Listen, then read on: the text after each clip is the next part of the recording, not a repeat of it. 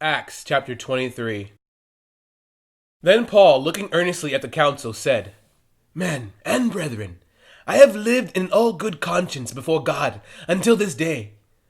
And the high priest Ananias commanded those who stood by him to strike him on the mouth. Then Paul said to him, God will strike you, you whitewashed wall! For you sit to judge me according to the law, and do you command me to be struck contrary to the law? And those who stood by said, Do you revile God's high priest? Then Paul said, I did not know, brethren, that he was the high priest, for it is written, You shall not speak evil of a ruler of your people. But when Paul perceived that one part were Sadducees and the other Pharisees, he cried out in the council, Men and brethren, I am a Pharisee, the son of a Pharisee. Concerning the hope and resurrection of the dead, I am being judged. And when he had said this, a dissension arose between the Pharisees and the Sadducees, and the assembly was divided. For the Sadducees say that there is no resurrection, and no angel or spirit, but the Pharisees confess both. Then there arose a loud outcry, and the scribes of the Pharisees' party arose and protested, saying, We find no evil in this man, but if a spirit or an angel has spoken to him, let us not fight against God. Now when there arose a great dissension, the commander, fearing lest Paul might be pulled to pieces by them, commanded the soldiers to go down and take him by force from among them, and bring him into the barracks. But the following night the Lord stood by him, and said, Be of good cheer, Paul, for as you have testified for me in Jerusalem, so you must also bear witness at Rome.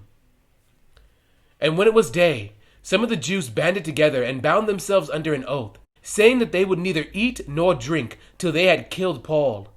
Now there were more than 40 who had formed this conspiracy. They came to the chief priests and elders and said, We have bound ourselves under a great oath that we will eat nothing until we have killed Paul. Now you, therefore, together with the council, suggest to the commander that he be brought down to you tomorrow, as though you were going to make further inquiries concerning him. But we are ready to kill him before he comes near. So when Paul's sister's son heard of their ambush, he went and entered the barracks and told Paul. Then Paul called one of the centurions to him and said, Take this young man to the commander, for he has something to tell him. So he took him and brought him to the commander and said, Paul, the prisoner, called me to him and asked me to bring this young man to you. He has something to say to you. Then the commander took him by the hand, went aside, and asked privately, What is it that you have to tell me? And he said, The Jews have agreed to ask that you bring Paul down to the council tomorrow, as though they were going to inquire more fully about him.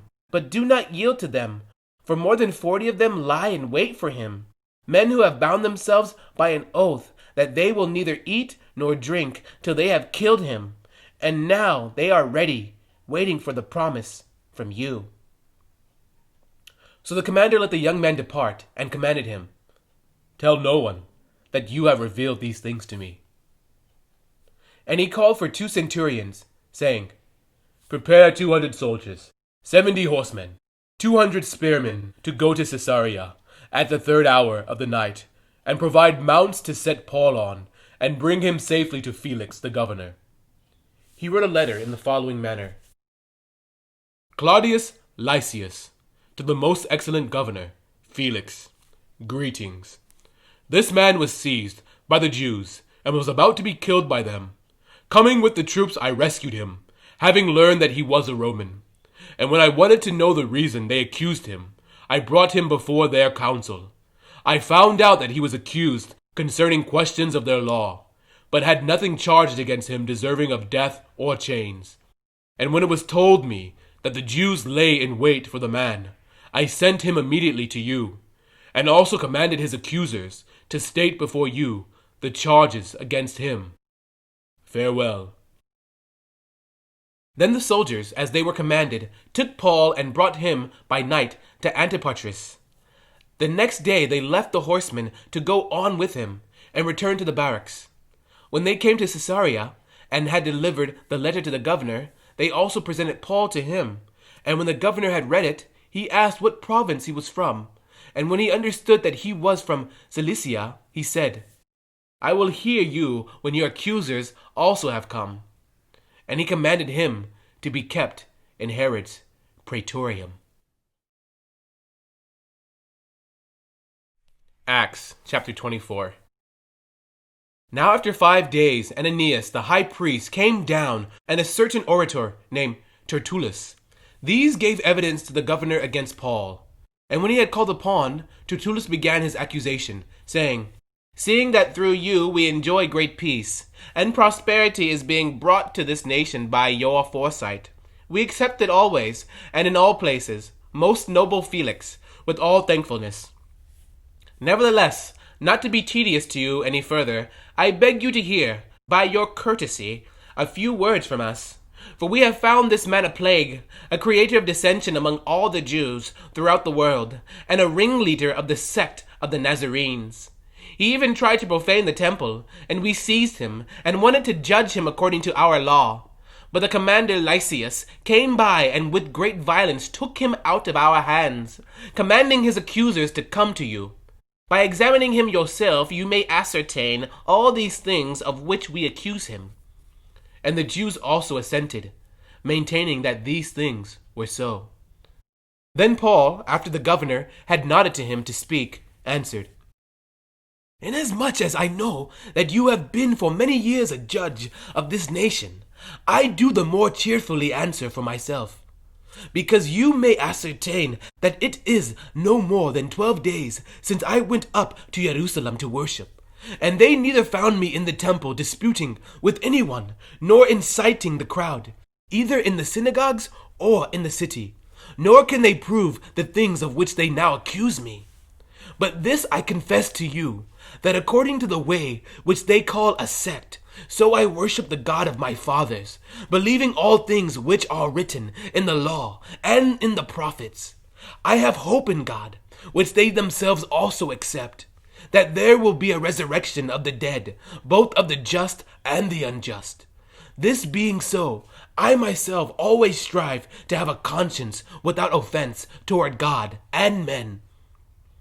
Now after many years, I came to bring alms and offerings to my nation, in the midst of which some Jews from Asia found me purified in the temple, neither with a mob nor with tumult. They ought to have been here before you to object if they had anything against me. Or else let those who are here themselves say if they found any wrongdoing in me while I stood before the council, unless it is for this one statement which I cried out, standing among them, concerning the resurrection of the dead.